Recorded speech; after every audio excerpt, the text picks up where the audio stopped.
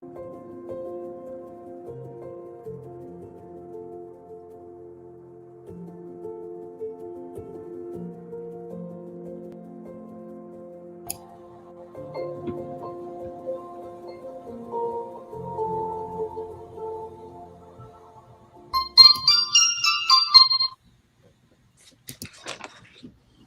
everybody.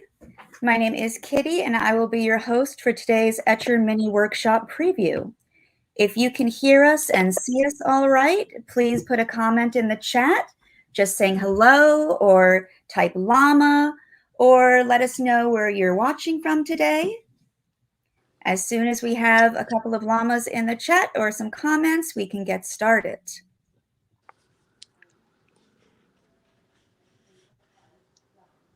We have some wonderful drawing for you today.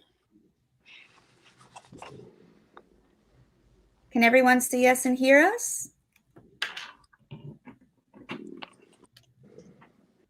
Please let us know. Will I see the comments as well or not? No, I'm going to be reading them off to you, and it looks like we have some people in now.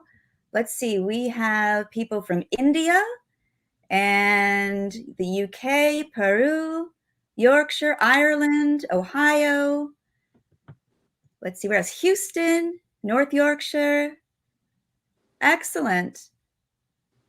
All right, so we have comments here, and I guess we can get started.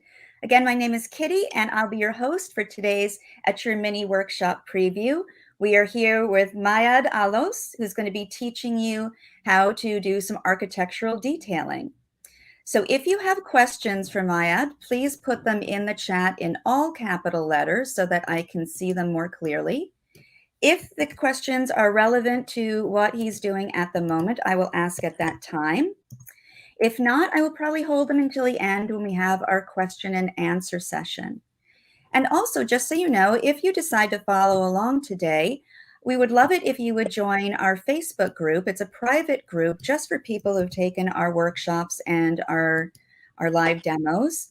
And it's a private group. So in case you don't want to share to the wide world, you would just be sharing it with your peers. Sometimes it's kind of fun to see what everyone else has done from the same workshop. And also, Mayad might be able to take a look at some of your work and give you feedback if you wish. So I'm putting that link into the chat right now for our Facebook group. So from here, I'm going to hand it right over to Mayad. And there's actually a comment in the chat saying that they're a frustrated architect. So I'm sure they'll be very happy to see your work. So Mayad, why don't you go ahead and take it away? Let us know a little bit about yourself and tell us what we're going to do today. Great. Okay. Well, thank you, Kitty, and welcome, frustrated architects. Hopefully I can help, but certainly over time I can. So I design houses for a living, and a lot of people design houses for a living. They use computers. I like using the old-fashioned hand drawings.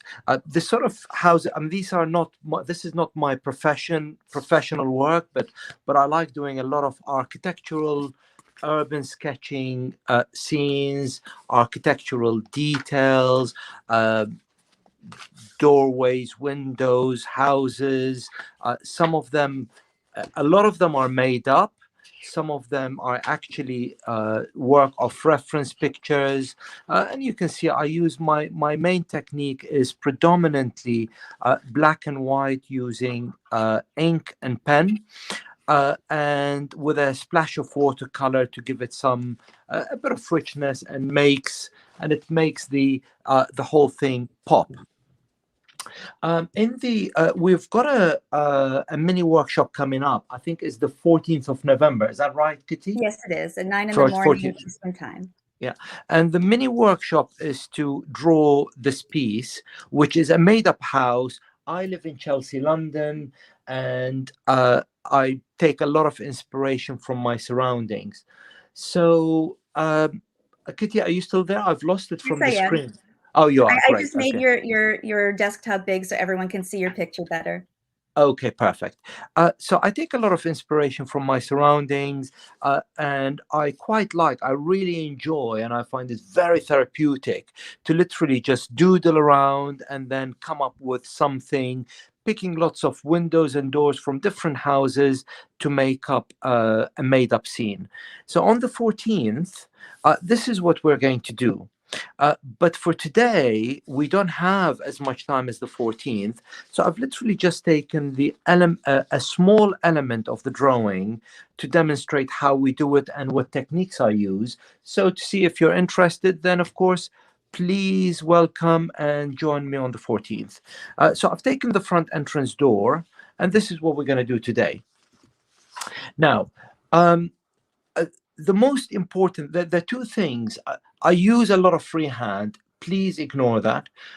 If you are starting with your drawing career, use the most valuable piece of equipment, or second most valuable piece of equipment, a ruler. It is so handy to always use a ruler. And then when you're really confident, then you can move on and just bend the ruler and use, well, in fact, you'll always use a ruler because sometimes it has a place. Use a ruler and use a pencil, just any ordinary automatic pencil, HB. And what you do is when you want to draw something, if you want to copy something, print it out in the size that you'd like to draw it. That's the best way to start, because then what you'll do is you'll measure. So you'll measure every line, and you can measure it, and you add it to your, and you draw it as you've measured it. This way, you don't get your proportions wrong. Okay, so I've just literally, for the sake of this exercise and to speed things up, I've measured the size of my opening, the height, and the curvature. What I normally do, if I have a lot of time and I want to go into great detail, then I'll measure literally pretty much every element, and you can measure it and you can transpose it in here, and you measure the height and the width of everything. But because we're a little bit short of time today, I'm going to actually go a bit quicker and go straight into the ink and pen. Hopefully I don't make a mistake. Hopefully I don't make a mess of it. But I highly recommend that when you first start, do everything in pencil and then go over the pencil with ink and pen. I'm using a Lamy pen, and I'm using a platinum carbon ink.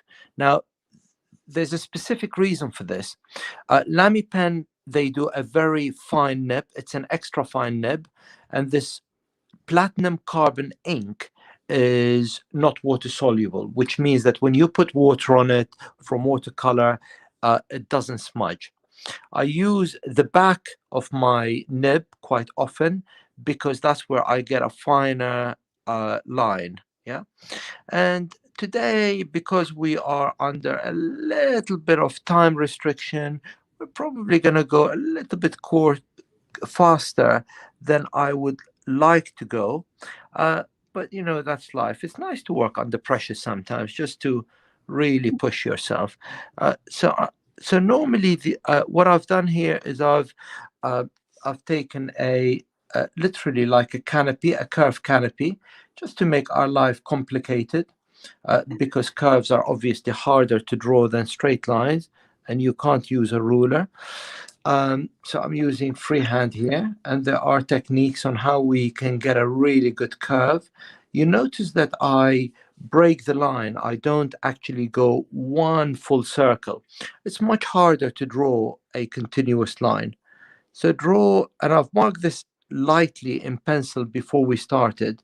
So draw your curve from the top down. I quite often like to work from top down because you don't smudge the ink as you're working down. And this doorway is going to have a frame, and we're going to draw the frame first. And as I said, you would I think you'll get, Kitty, will they get a recording of this? Yes, right after we're done, actually, the recording will be available on YouTube right here. Yeah. It's pretty So, much instantaneous. amazing. And if I'm not mistaken, that this reference image has been sent out first, right? Yes, and I've also put it in the chat, but I will do so again for those who've just joined. Okay, that is good. So please take this image, put it on a piece of A4. The easiest way I do it is by copying that image on a Word document, centralize it, make it as big as I want, and I print it. This way, I make sure that my reference image and my drawing are the same size. Yeah. Okay. Uh, and and there are and for all you frustrated architects, I mean, some people are not frustrated architects, some are. We will, over the course of a few sessions, I'll show you how to use the same technique to perfect. Well, perfect is a strong word, to draw perspectives. Yeah. So normally above the doors there is a like a bit of a timber rail there. Uh, I'm drawing now the glazing bars in the window above. Uh, and we're going, as I said, we're going to go quite quickly here, only because of time restrictions, but you can see the gist of it. And in here, you probably can't see me, I'm actually moving around so that I can work um, around the picture. But when you're doing this at home and you're drawing curves, by all means, just keep moving it around to actually make life easy for you. Yeah. I don't want to move the page around because if I do it, I might not get it back to where I want it to be with a camera. So I'm making my life a little bit more difficult by keeping the paper still, and I'm actually doing all the moving myself. What I thought in here would also be quite nice is to add, I mean, the reference image, actually, to be very precise, the reference image has another glazing bar there. So you can do that.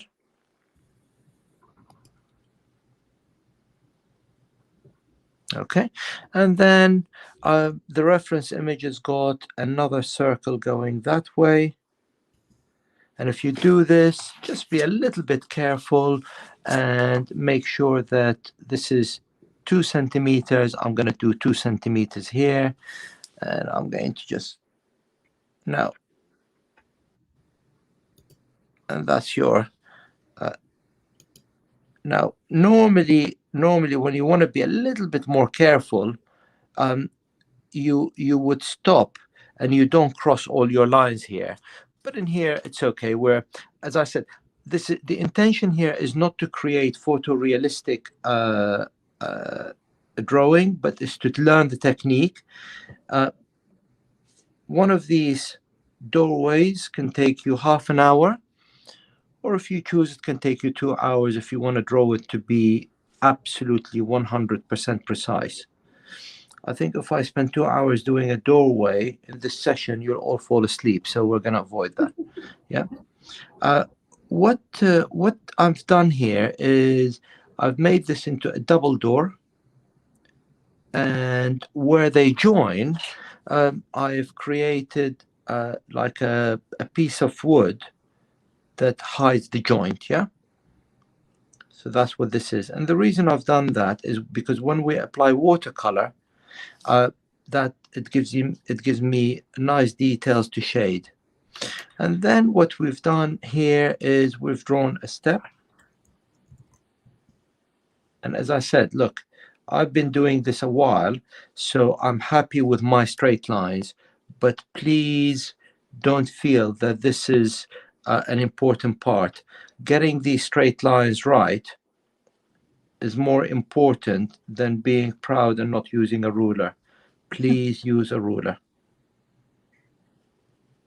And what I'm doing now, yeah. May I interrupt you for a moment? We have a question Oh, in the yeah, of chat course. asking what brand of pen and ink do you like to use? And I would also like to know what kind of paper you're using. If you're using cold press, hot press, what you prefer. Right. Uh, so the pen is a Lamy pen, Lamy. Yeah, that's my pen. And it comes with a cartridge. You can fill it with more ink. The ink that I'm using is non-soluble platinum carbon ink. Platinum carbon ink. Yeah, I can send you the link later. The paper here, for everybody. and the paper here is, of course, it's Etchr, high quality cold press 300 milligram. Really, I'm not just saying it because we have an Etchr workshop, but it's really nice paper. I find Etchr paper a little bit more expensive than normal paper, but you know what? It's lovely to work with. Really nice to work with. Thank you. We appreciate that. Yeah, no, I do mean it. In fact, I quite often, I mean, I love getting invited to these Etchr workshops because they're so kind. They give me some paper as well. So, and that's really the only reason I do them, just to get free paper. That's not true, by the way. That's not true. Yeah. And of course, when you do, but if you notice, I am drawing. Look, I never do a long continuous line unless I'm using a ruler. I always stop and have breaks. My lines always have breaks in them. And I'm going to bring the camera closer so you can see. Yeah. It is much harder to get a good straight line in one continuous run. Yeah. Again, normally I would measure these one by one. In here, I'm just going to go a little bit more adventurous and use my my eyes rather than my ruler. And we're going to do, these are the panels. Now, with doors, the panels are so important.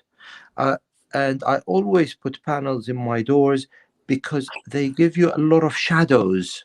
And in order to get depth in your drawings, you need a lot of shadows. It's much harder to get depth without shadows. Mayad? Yeah. A question in the chat. Do you ever have problems with smudging when you're using a ruler and ink? Right. Good question. The answer is I never use ruler and ink. What I normally use, I use the ruler with pencil and then go over it with a pen. But I don't. If you wanted to use a ruler with ink, you've got to flip the ruler and use so effectively, which leaves a gap between the ruler and the paper. But what you do is this: you will use the pencil. Yeah, so that's your pencil. You mark everything by pencil, and then you go over it with a ruler afterwards. So I don't like using the ruler with the, you see, that's what you normally do. Okay. Thank you. Okay. So we put all our panels in.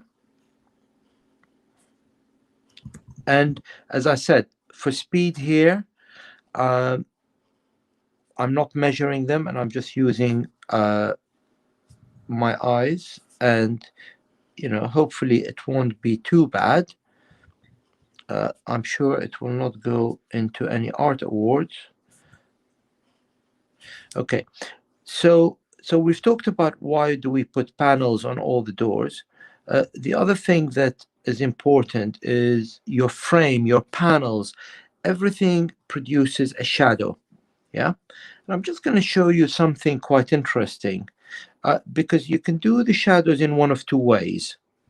You can either use gray for your shadows, or you can actually, if you are feeling ambitious, is you use the color of the door but darken it to produce shadows. So when we did, when I showed you some of my previous drawings, if I could just show you, and you'll see that on my Instagram page. So you can either darken the door, let me see if I can find it, or interestingly enough, if you use where is it? It's gonna come in a minute. Right. So, for example, here is instead of using gray for the shadows, I actually used the same blue but darkened it to actually get my shadows. So you can do it in one of two ways. Um, I like both, and I can't tell you which is right, which is wrong. It's a piece of art, so it's up to you. For today, I'm only going to show you shadows in the gray because I'm not going to color the entire door. Okay. So the ink and pen is pretty much done. Yeah, so that's pretty much done. Oh, and what's also handy is if you put maybe a couple of doorknobs here and maybe a bit of a lock here. Now, for the piece, for the eventual piece, we're going to draw some lines in the render, some bricks. We're going to put some lanterns. But for today, this is a quick demonstration. So I'm going to go straight into now, how do we shade this door? Yeah. Great. Okay. How are we doing for time, Kitty? We are at the 20-minute mark. Oh my God. Time flies so quickly. When you're having fun, right? I know. Yeah, I mean, these workshops, they need to be at least 3 hours, right? So the first Your thing masterclass. So I'm now using neutral tint for all my shadows. Yeah. In fact, maybe just before that, what I just want to show you is what is going to give me shadows. I'm going to assume that the sun is coming from the right. Yeah, which means this canopy here is going to produce a shadow that's going to literally do this. Yeah, so my shadow from the canopy is going to do this. Yeah, that's the curvature from my canopy. And then the shadow from this frame is probably going to be a little bit less than the canopy. So the canopy will come all the way to there. Assume that the sun coming at 45 degrees.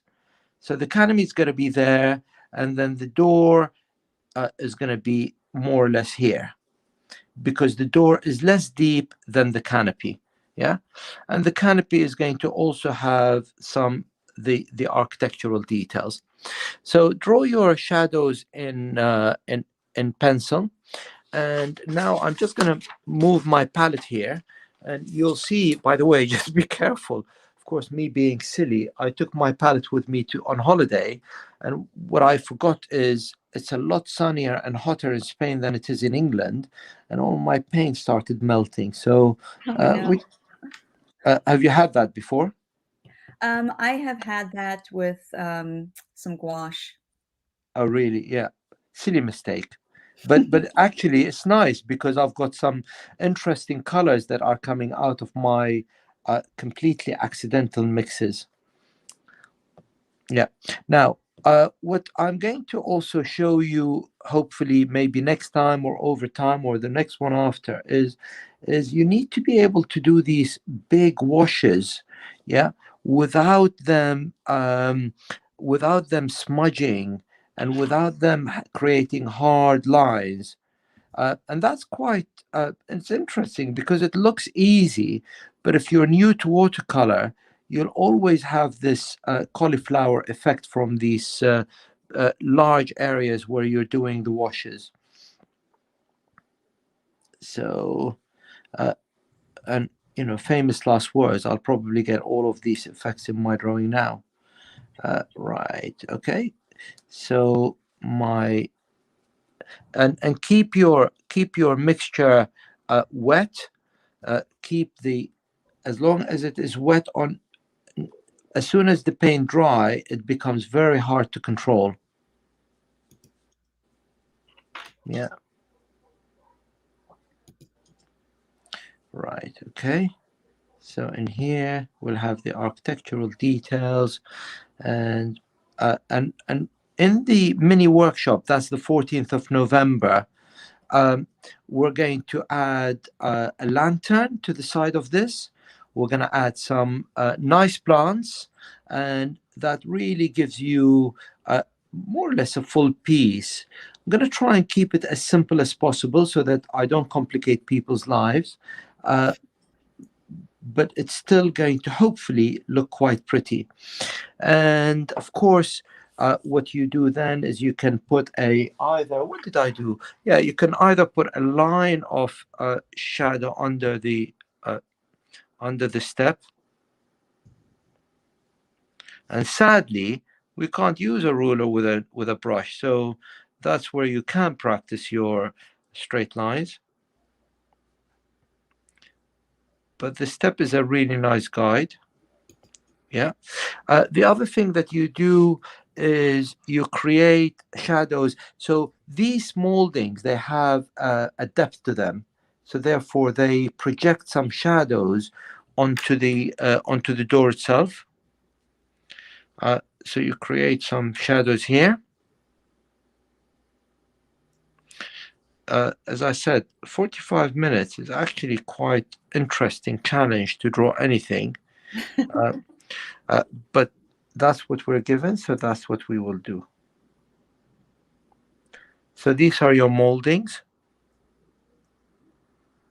And then, of course, you've got the molding, this side of the molding as well, which projects shadows. And all these shadows is really what gives you your depth.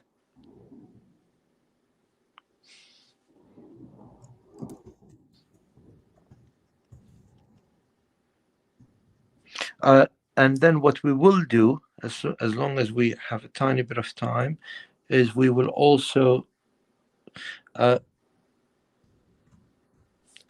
put some depth from the so these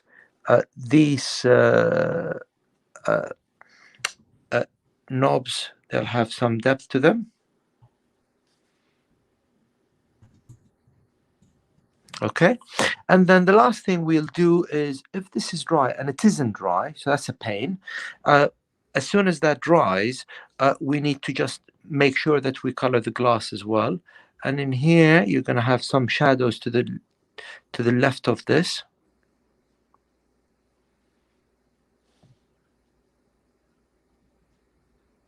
What time is the workshop on the 14th?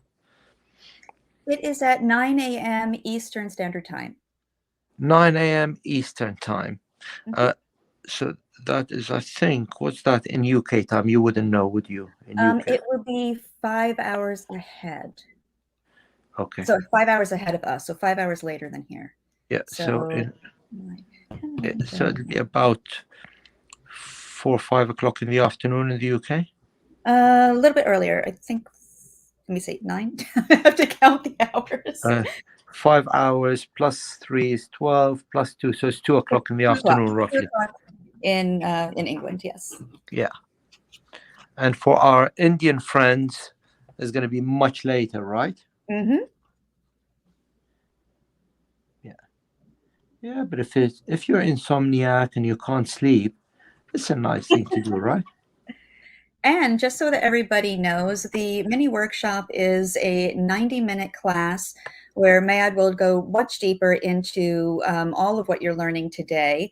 So you'll really expand on these skills.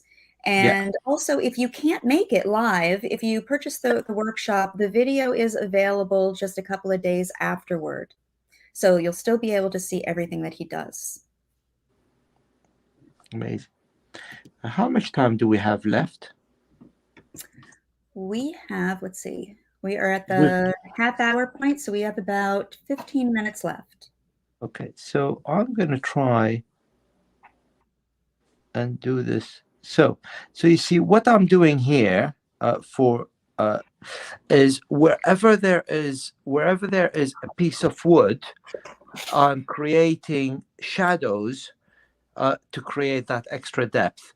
So there's that canopy has got shadows, this canopy's got shadows, and you can see suddenly from a very flat black and white picture, now we've got a a lot more depth just by adding these shadows. Yeah, and all we're doing here is we're using a single color, which is neutral tint. And we're going to put some shadows here. And by the way, the deeper the piece of wood, the deeper the shadow, right? Okay. And of course, what we can do as we have a bit more time, by the way, I was asked to try and finish this in half an hour, so we're more or less finished. So if you want to ask me questions or you want me to demonstrate anything again, we have time for me to demonstrate whatever you need.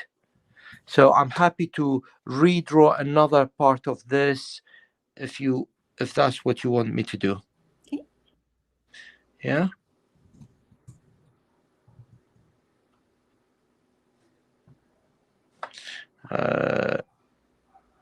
And as we have a tiny bit of time left, I'm just going to very quickly, and that's, oh my God, look, I've just put my hand here. Rookie mistake. Very, very, very, very silly mistake. So in here, what you will do here, now that we've got a tiny bit of time, and if there are no more questions, look, a squiggly line on this side, a squiggly line on that side, and very, very quickly, we've got a nice piece of plant here.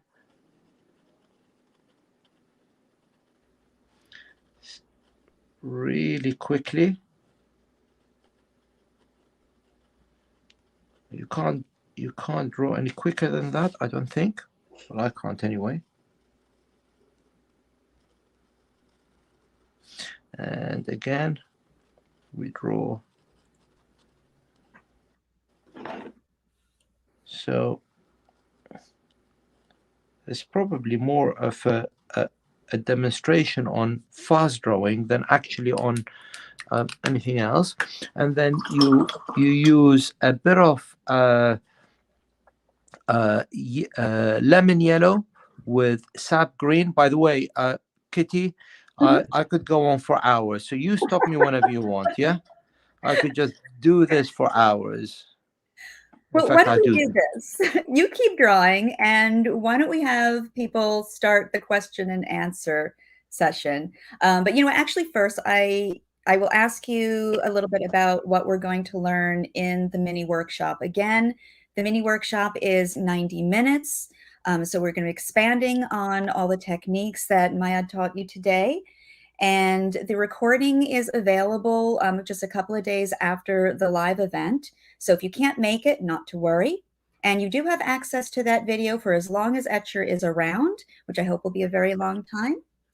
And so Mayad, I want you to tell us a little bit about what else we're going to learn during the workshop. And if you have a piece of work that we'll be doing during the mini workshop, that would be great to show us. Yes. Yeah. So by the way, I'm going to try and multitask now because it's much, the watercolor, you need to keep it wet to keep it alive. And as soon as it dries, you have less control. So we're going to multitask. This is what I'm actually going to draw in the mini workshop. And what I want to teach in that mini workshop is the following. How do you get all these proportions right? From literally, I mean, you've got windows, doors, lanterns, etc. Number one. Number two, how do you get something like this to look like as if it has depth? Because this hasn't got any, I mean, if you look at the black and white drawing, it has no depth whatsoever. So we tackle a little bit a single point perspective. If you look at the pavement, you see how there is a perspective line leading up to this point. So I'm taking the viewpoint as if I'm standing here.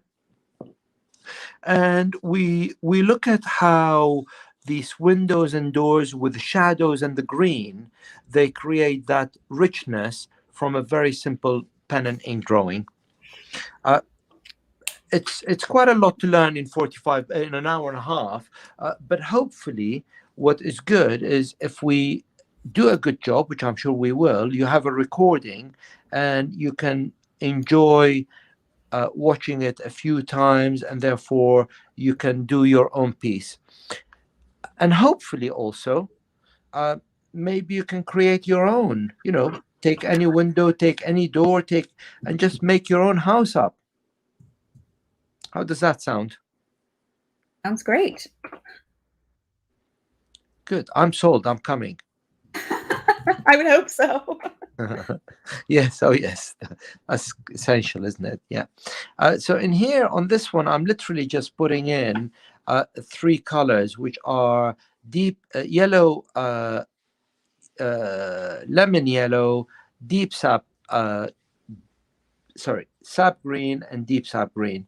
Uh, and then once this is dry, then we'll add definition to the plants, giving them depth. Again, remember, your sun is coming from the right, therefore the right is hitting the sun and the left is in the dark. Yeah. And I'm going to carry on drawing until Kitty switches the camera off. Okay. Yeah. So I have some questions in Yes, the please. chat here. Let me scroll up and find them. Okay. So here's a really great question. Could you possibly explain how you differentiate between the shadow and the reflection on the glass? Oh, there's always somebody with a difficult question. Right. So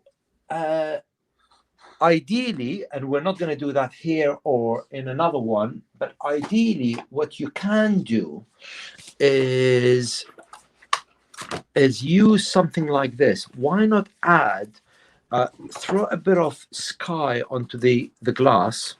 I'm just going to show you something I did relatively quickly, hopefully to demonstrate this point.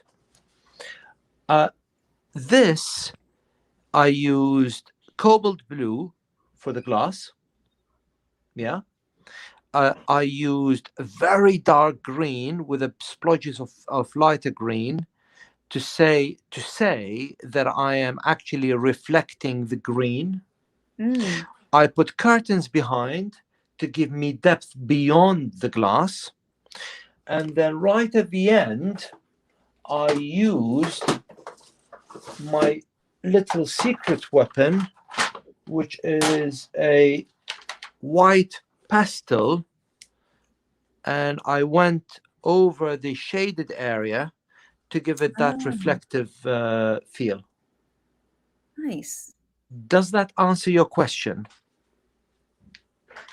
Does that answer the question? If it does, go ahead and put it in the chat. I think that was an excellent explanation there. Yeah, but you're biased, Kitty. I know, right?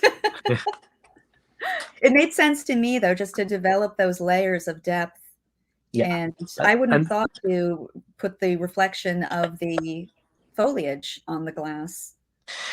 Well, it's always nice to have to actually see something something else apart from just shadows. Right. I mean, you can either put reflections of other buildings or other foliage. I think if I'm teaching someone, I would suggest put a reflection of foliage, because they're easier. When buildings are reflected on windows, there are so many angles, it gets a little complicated. And we do have a comment in the chat saying, yes, that did answer their question. Thank you very much. Amazing. And we also have another comment that says, beautiful. Oh, thank you. And another question asking about architectural scene. How does an architectural scene differ from gouache painting to watercolor painting? Well, I don't do any gouache painting. Yeah. I use gouache as a way of adding. So, for example, in here, where I've used gouache is these yellow spots. Yeah. And I use gouache to make my pink flowers shine. Yeah. But I don't use gouache as a painting completely. I don't know why. I just have a fascination by watercolor, and I used to use other. I used to use markers, and I look at them once a week, and I think I must do something with them, and I don't. And now I've just ended up stuck with watercolor for a while. I think in time maybe I'll end up changing, but so to answer your question, I don't know. That's the true answer, because I don't use gouache for a full painting. Mm. And just in here, what I'm going to do now is just give a bit more extra depth to that, to these glazing bars. Yeah, sorry. Yeah, any other questions? Yes, there are. Let's see. Oops, just lost the question. Okay, there it is. Do you have a special color scheme for architecture? For example, keeping the house altogether more light and having popping colors in other elements? Yeah. So generally, I use, if I'm teaching, I use lemon yellow, sap green, and deep sap green for the green. Mm. If I'm mucking around and I'm drawing, then I will not use pre-made greens. I'll use yellows, lemon, and uh, as many yellows as I can with blues, and I mix my own greens. Yeah. So this is for the green. For the shadows, generally I use, and I'm gonna ruin this for now. I use neutral tint. Um, if I want to have a colder look, then I use, for example, here, I'm gonna now look, I've turned it into blue and I use Payne's gray with it. Yeah. And Mm. that's a very nice cold color. If I want, sometimes I will use a bit of red in there. And for my, so if you stick a bit of red in this mix, then you will get a very nice purpley, bready shadows. So these are my shadows. Look what happens, and they mix very nicely together as well. Oh, So I nice. use the greens, the yellows, the shadows, and of course, if I want to have a stone building, I will use maybe something like a raw sienna for stone, etc. And if it's brick, like the one I was just doodling with, then sometimes I use a bit of, this is a bit of red mixed with a bit of orange. But I always go to the same colors. I tried buying a few new colors. I forgot what I bought, etc. So I try and work with my palette and stick with it. I've noticed there's a lot of consistency with your work. Like, when I'm scrolling through Instagram, I can always tell when it's your picture that has come up. Oh, really? Is that a Yep. good thing or a bad That's a thing? very good thing. It's a Is it's it? a it's a signature look that you have. I mean, there are so many people who do architectural paintings, but I can always tell when it's yours. Oh, really? Oh, that's nice. And by the way, that comes with its own frustration, because quite often I'll think, "Ah, I want to do something different now." So I play around with other things, but I end up going back to what I enjoy. Uh, And speaking of frustration, I yes. have a question to put to everybody who's watching, and hopefully you'll answer it for us. What do you find to be the most frustrating or challenging thing about drawing architecture? And if you could put your answer into the comment section underneath the video on YouTube as opposed to the chat, it would be much appreciated. We would love to see your answers. And with that said, if there are no more questions, let's give it another minute. If anybody has any final questions, please put them in the chat now before we wrap up. Okay, well, if no more questions, thank you all for coming. Look forward to seeing you on the 14th. And hopefully, you've taken something away from this very short demonstration. Well, I don't see. Oh, somebody mentioned something about perspective in the chat. I'm going to assume that maybe they're asking if you'll be going over some perspective in the mini workshop, maybe? We will touch. I mean, perspective is another whole new whole topic, but I will touch very briefly on perspective, very briefly. For example, how we've drawn the pavement, but that really is another topic altogether. I think I'll struggle to cover all of this and perspective.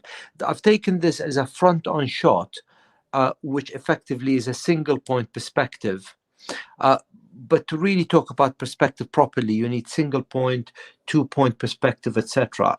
And I don't think we will have enough time. Okay, I'm going to bring you back up so everyone can see you. There we go. So we can see your face again. Hi. Hi. So we have some comments in the chat saying that they really enjoyed this. Thanks so much. Or we have somebody said they already signed up for the mini workshop. Amazing. And thank you. Somebody said, congrats to Mayad for his great English accent. It's delicious and so funny. Is it? Okay. Well, that's good to hear. You'll be pleased to hear. Accent. I know you'll be pleased to hear I'm not British, so we can all copy an English accent if I can do it. And let's see, really enjoyed it. Thanks so much. Yep, excellent. Okay, so one more time, everybody, I'm going to put into the chat all of the links.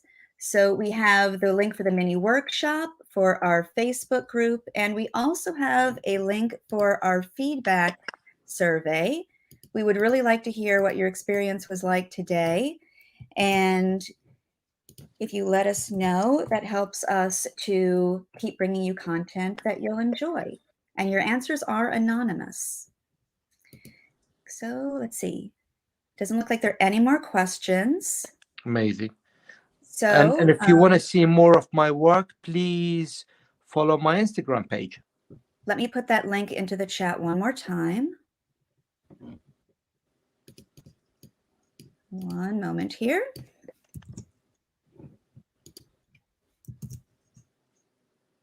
Okay, so there is the link to Mayad's Instagram account. And also, if you decided to follow along today, or if you decide to play around with these techniques later, and you would like to share with us, please tag Mayad's Instagram account and also Etchr Studio so that we can see what you've done. Yeah, that'll be great. By the way, if you can see now, just to mess around, I'm adding now another color into my shadows, and it gives it another dimension. So I'm using now more, I put red into my mix. That does make a big difference. It does, doesn't it? Okay, everybody. Well, it looks like our time is up. So we do these free live demos, these mini workshop previews, just about every day. So please subscribe to our channel and turn on the notifications to stay up to date and be alerted to when we go live. And we also have our Make More Art podcast, product demonstrations, and a lot more. So thank you, Mayad, for sharing your techniques and insights with us today. Any final thoughts before we wrap up? No, just thank you very much, Kitty. You're an amazing host. Thank you. And you're an amazing artist and a wonderful teacher. I learned a lot today. I hope everybody else did too. And I can't wait to see what we learn in your mini workshop. Brilliant. So everybody, thank you so much for watching today. And until we see you next time, make more art. Bye-bye. Yeah. Kitty, is it possible for you to stay on the line when everybody's gone? It is not, but okay. I will email you right after. Okay, thanks. Okay. Bye-bye. Bye-bye.